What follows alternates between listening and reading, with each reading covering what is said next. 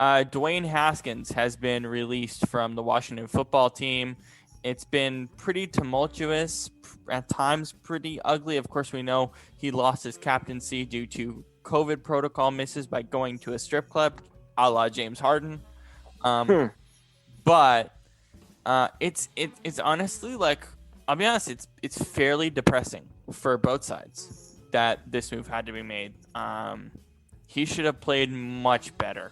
I felt that, he came into the NFL a little raw, but I felt, especially with Ron Rivera under his tutelage, I mean, look at what he's doing with Alex Smith right now. I mean, Alex Smith is already a prime veteran, but even so, like, I thought with Ron Rivera there could have been something there, but unfortunately there wasn't.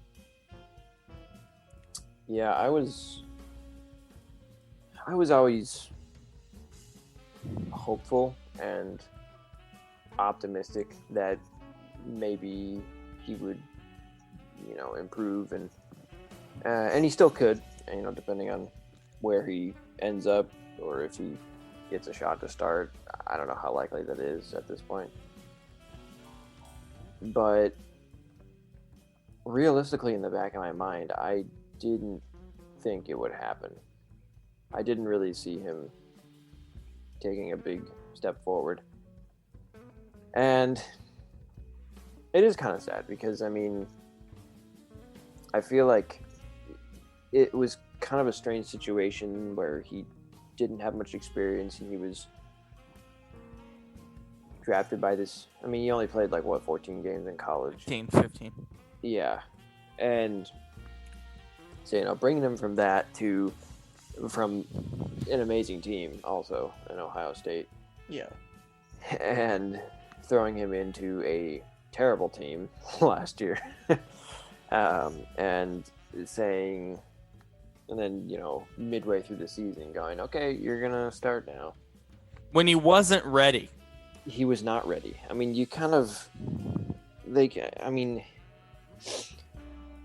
I don't want to absolve him of all fault here, but I feel like they sort of set him up for failure in a way. Yeah, Jay Gruden really didn't do him any favors by playing him when he didn't have to. Yeah. Now, it's not entirely, other people's fault. No, it's both. It's both Haskins and the organization, and it's both. It goes both ways. Yeah. So, I don't know. I mean, we'll see what happens. I mean, I don't know. I mean, yeah, I imagine he'll get re-signed somewhere, at least as a backup. I don't know. Honestly, I don't know if he's gonna start right now or in next year or two. We'll see. I don't know. He could end up being a Teddy Bridgewater story where he is kind of not a great starter, and then plays as a backup in a good organization, and then comes out and does pretty well. I don't know. Or he could be like a Geno Smith. I mean, you saw signs in Teddy, right, where he could be a starter even coming out of Louisville. I mean, I saw it with Haskins, but I don't know. It's been rough. Brandon, your thoughts on Haskins' time with Washington? Well, first of all, it started out rough for him with the fact that he was only drafted there because the owner said to draft him. Yeah. It's not exactly a great start when the GM doesn't want to draft him and the coach doesn't. Coach doesn't want to draft him, and nobody wants to draft him. I mean, he came out really immature, hardly any experience. As Shane said, just protected by a god tier team, which I believe he played. It was his team that played the Huskies in the Rose Bowl. I think so. I think they made the playoff that year, maybe. Yeah. I don't remember. And if you remember, I think it was his. Yeah, it was. And if you remember, he Threw like 2 picks or something, I looked think. like Shiza. And I remember being like, we are getting ran all over by the running back, but we are doing whatever we want to this quarterback. Mm-hmm. So I've never had any sympathy for him because I've thought that he has never shown that he actually wants to change his ways at all. Mm. And I mean, he's had so many chances, way more than any other quarterback would have gotten in his position. Yeah. And this goes back to a larger point that I think, Shane, you can sort of attest to, and this is something that I've tried to sort of figure out. Let's be honest here. Drafting the quarterback position and developing a quarterback over, let's say, the last, I don't know, we can go back to maybe 2012, 2013, but particularly the last couple of years. When you draft a quarterback, you can, as an organization, build him into a starter. Kyler Murray, Justin Herbert's a perfect example. I'm sure there's many more guys that I'm missing. It's based on how the league has turned. Burrow, right? The league has turned Hurts, right. The league has turned more collegiate at the quarterback position in terms of how the play styling works. So theoretically, even if you're only coming in with 15 games of experience, obviously right organization is huge, and that's clearly been or part of the case with Haskins. But with guys like Haskins and Rosen, I mean, Rosen's much different because he's been jumping around all over the place, so it's been rough for him. But again, what is it? Where is that disconnect when you could make an argument building and developing a franchise quarterback is easier than ever before? Yeah, I mean, it's strange because, I mean, you can even look at, guys like Kyler or Baker, who only had one season as a starter in college, and you could say, the same thing about them as you would about Haskins, but they're doing, but Baker and Kyler are doing pretty well in the NFL. I mean, they're Baker's doing kind of up and franchise down, quarterback stuff. You're right. And maybe that's a testament to Lincoln Riley. I think maybe it is a little bit, but regardless, they were able to, adapt their system through either coaching or just their own abilities.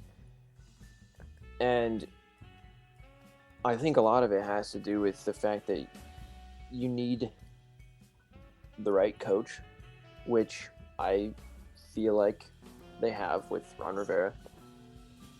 And you, as a player, need to have, the mental toughness and the maturity to not only want to get better, but, be a leader, because it's kind of what you have to be as a quarterback. And I just feel like that was kind of missing from him, even if it seemed like it wasn't, because, here he is going out to strip clubs during COVID and all this stuff.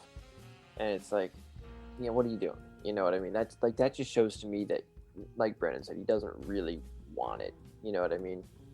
Whereas I look at guys like, I mean, even if he does, he doesn't necessarily act like it, right? And even yeah, go ahead. You also have to ask the question, like, how did he get captaincy in the first place? Like, he had his fair captaincy question taken from him, but like, who gave him captaincy? Because the man never showed off any position of cap. I mean, think about the quarterbacks who are captains in the NFL: Russell Wilson, Aaron Rodgers, Drew Brees, Peyton Manning. Everyone's Tom Brady. Every quarterback's a captain, but he's a backup being a captain when you can make a clear argument that Alex Smith probably deserved that captaincy, even coming off. Right. But, like, here's the thing. Every quarterback I can think of actually showcases leadership, captaincy that is deserved of captaincy. Like, Alex Smith is the only one who doesn't. I mean, not Alex Smith. Haskins, yeah. And sometimes Baker. Yeah, that's sometimes. And then let's I switch feel over. like he's getting better, though. I feel let's shift over to this because we were going to talk about this in the preseason, but I forgot. Josh Rosen. I think this is a good time to bring him up since he was the backup quarterback for the Niners last week. Shane, what do you feel went wrong in his career? Because it is much different in terms of that. He's kind of jumped all over the place.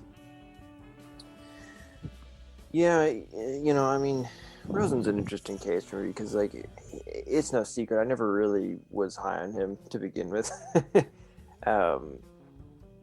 You know, like, even at UCLA, I thought he was just okay. I mean, I wasn't like, yeah, he was good, but I wasn't looking at him like, oh, this guy's going to be a star in the NFL. I was like, yeah, he'll be, like a mediocre backup probably. And that's, pretty much what he's been. So, it's interesting though, because he, he's like a first round pick, or was he? No, he wasn't first overall. He went 12th to the Cardinals, I 12th think. to the Cardinals. 10 to 12, something around that range. Yeah, and so, he was a high first rounder. Let's put it that way. And I felt like the same thing, like he was kind of set up for failure. And he was. He obviously didn't do well, but then I wish they had. I like, part of me wishes the Cardinals had not kept him as a starter, but at least kept him around, And Really? Well, yeah, and just try and help him develop and be consistent in one place instead of shuffling him off to 3 different teams, He's not good. I think I know, he's but good. I would disagree with you. Give him a fair, no, I think he's terrible. But I think if you want to give him a fair shot, I think you just sending him to all these different teams. I mean, this is like his 4th team in 3 years. Doing that is not gonna do him any favors. That's just setting him up for failure. Yeah, but that was my biggest problem. Like, you look at what Brian Flores is doing to Tua, right? And how, like, they're mixing mashing Tua and Fitzpatrick and all. Well, I mean, it's not the same. It's not entirely the same. I get it. But my biggest problem is that I still, like, what was he really that bad, that training camp in Miami, that he couldn't at least have started the whole year? I just, like, with Rosen, like, seriously. Patrick is miles ahead of Rosen. Yeah. Yeah. But again, like, I watched his highlights back in Arizona, and I thought, okay, there's building blocks here. But as Shane said, he hasn't really gotten the opportunity to see those building blocks grow, honestly. Hasn't had a consistent place or anything. Here's the problem with where he's at in the NFL. He's stuck in that, like, perpetual. The problem with the NFL at quarterback is, especially with how many, like, quarterbacks are being churned out now. Mm-hmm. If you are a top talent quarterback and you fail and you're not what was promised, you're gonna get stuck in the whirlpool that is backup quarterbacks. See, like, you just end up not being given a chance. And I mean, maybe he didn't. I think he only got given 1 year with the Cardinals, right? 1 year, yeah, one full season. And to be fair, like, I don't think that's fair. I think, like, even the worst quarterbacks should be given at least 2. Yeah, because, like, I mean, I can think of multiple quarterbacks who I thought were absolute dog crap their first year, and they ended up impressing me their second year. Guys like but Josh Allen, his percentages. Josh Allen, Baker Mayfield. Well, to be fair, it was the opposite. Baker Mayfield was pretty good his first year, and then he was kind of bad his second year. And then the third year, he's been nice. Right. With the right coach, Kevin Stefanski.